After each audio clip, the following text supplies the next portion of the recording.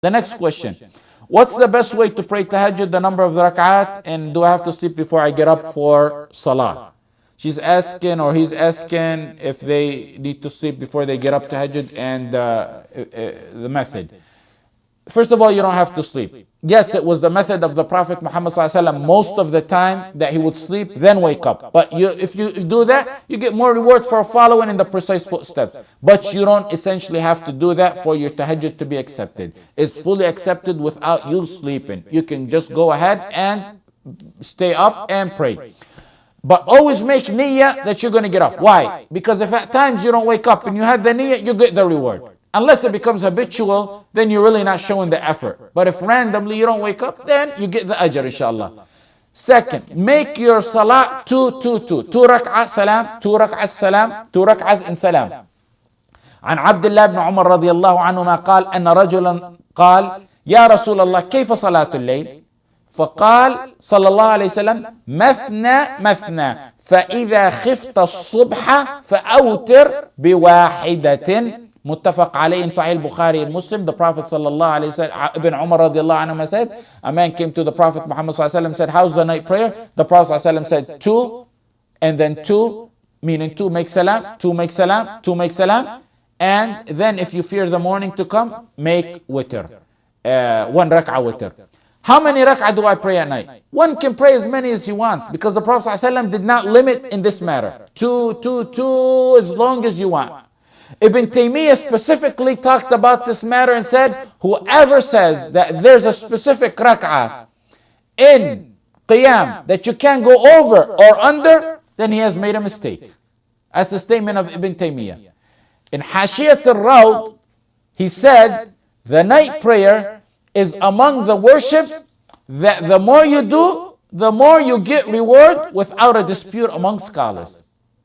If you want the more precise sunnah, then it was the sunnah of the Prophet ﷺ to do 11. Sallallahu alayhi wasallam.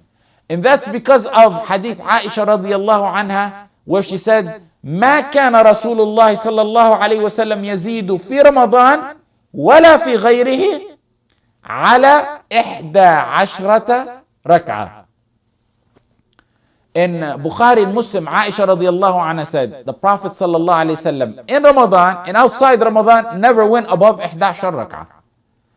That was what he used to do. But you also have another hadith by Ibn Abbas, which is also authentic.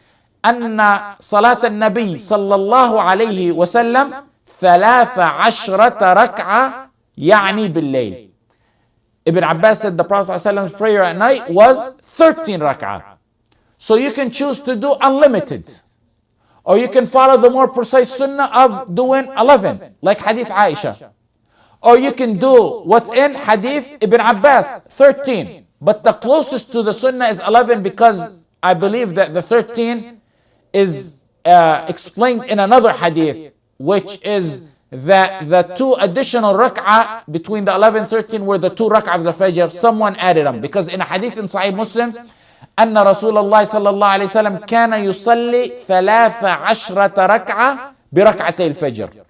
So another hadith explains it and adds that the 2 rak'ahs additional over 11 were the 2 rak'ah fajr.